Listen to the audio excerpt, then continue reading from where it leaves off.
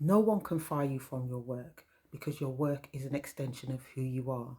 A job is a description of what you do. So one is aligned with your purpose, the other is a human construct that enables tasks to get done, roles to be assigned, and things to be overseen.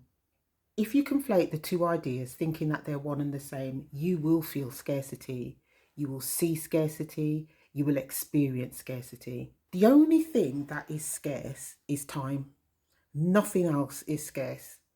We have a finite amount of time on this earth and we just don't know how long that is. As women, you can go through life doing lots of jobs to keep things moving. And society really conditions us to think that we should always be in a job.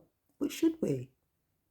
You can feel a loss of identity, particularly if it's tied to your status, and that's powerful. There are a lot of people jostling at the bottom of the pyramid, and they're all using the same language. There's not much out there. I need to fight to stay relevant. Or there are some things out there, but they don't interest me. They're not relevant to my experience. This is the voice of scarcity. And this is a particular challenge for many women, especially if you've made quite a few sacrifices in your life for the benefit of others.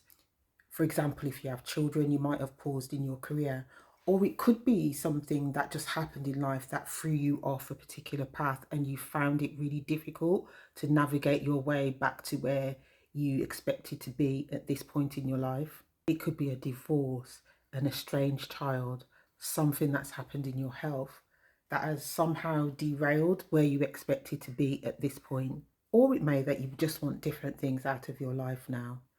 The market thrives on the illusion of scarcity. It needs it. And this perception drives a herd mentality, which is the greatest threat to you. It doesn't matter how successful you are. If you don't understand the power of your uniqueness and your difference, you're playing the wrong game. The stories you tell yourself can either unlock the door to your next level or they can keep you stuck. You decide what your next level is.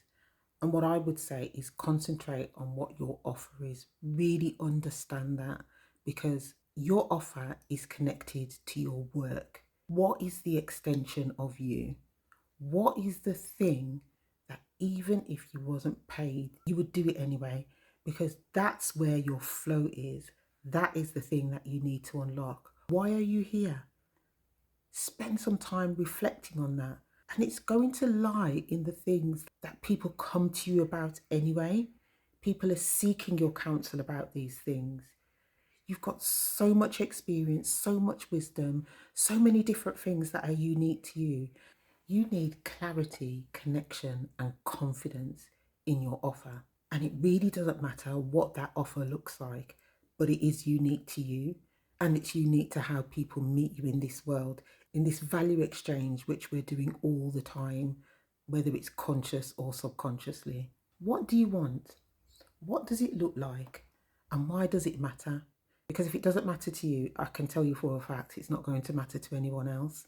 And if it is that you need space to think about what it is that you want, it's worth investing in yourself because what does investment in yourself look like to you? It's lovely to go to the spa, get a massage, go on holiday, have a nice bath, whatever that looks like. Self care is really important, but self care is only one part of investing in you. Investing in you also needs to look at what do you want your life to be like? How do you want to show up on a daily basis? And if things are causing friction against any of those desires, you need to think about where you might need to say no, because that's also a part of managing your boundaries and protecting the things that you really want out of life. There are no neutral agendas. There's always something competing for your attention, competing for your resources, competing for your time. And you are the one who has to take control of that. Otherwise, you'll find that the time that you was going to spend working on your business, someone else wants to sit down and have a chat. Or the time that you was going to spend exercising and prioritizing your health, someone else wants to sit down and have a cake. But it doesn't follow your agenda. And that's why it's so important for you to be really intentional about the things that you want to achieve and understand why they're important to you.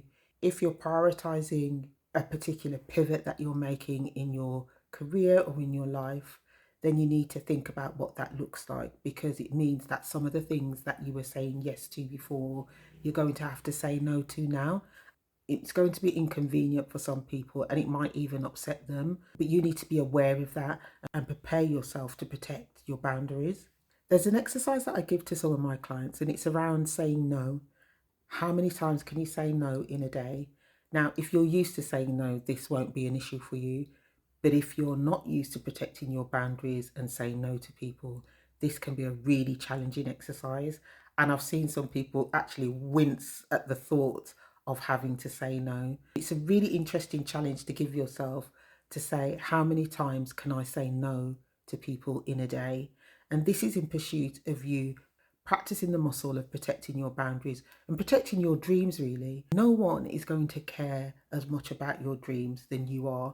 So if you're not making them a priority, neither is anyone else going to. Another important point is connection. Connection to self and connection to others.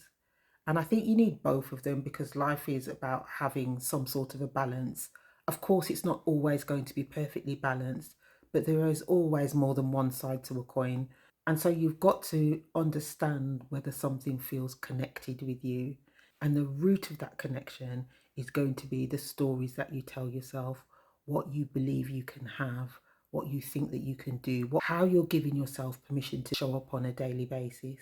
You know, I had a recent conversation with someone where the situation they were in was causing them that much distress that they were showing up as a person that they did not want to be. And whenever you're faced in that kind of dilemma, you need to ask yourself the question, what is it that I need to do to show up as the person I want to show up as? Because the bottom line has to be, how do you want to show up on a daily basis?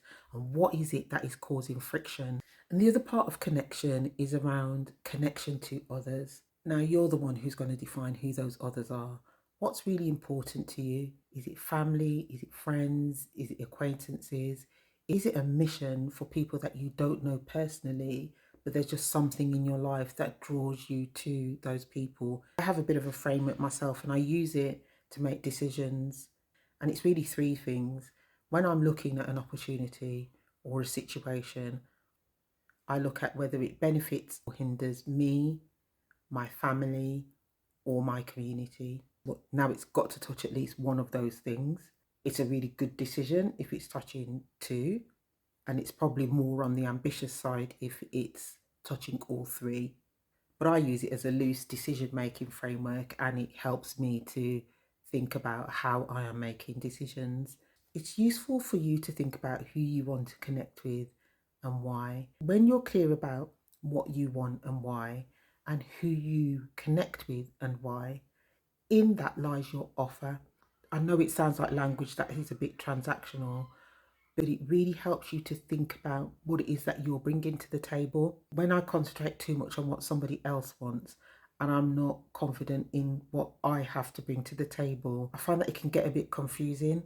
Then worst case scenario, I try to fit into what it is that the other person wants instead of standing firm on what it is that I bring to the table. And I tell you something for a fact, those people who are really clear on what their offer is and their unique point of difference do not worry about scarcity.